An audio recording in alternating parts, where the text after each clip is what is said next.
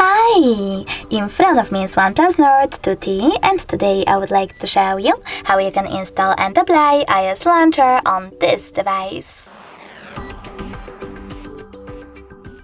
First of all, you need to find Play Store, click on it and tap on the search bar. Now type in iOS Launcher and install this free app from this developer. When it's ready, open it.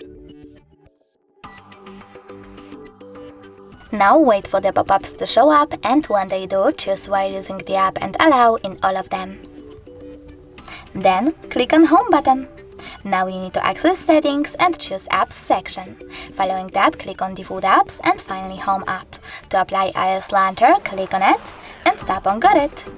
As you can see, Apple layout was applied successfully on my OnePlus. But if you wish to switch between your layouts, you can always do that by going into the same default app settings and choosing System Launcher or Apple One.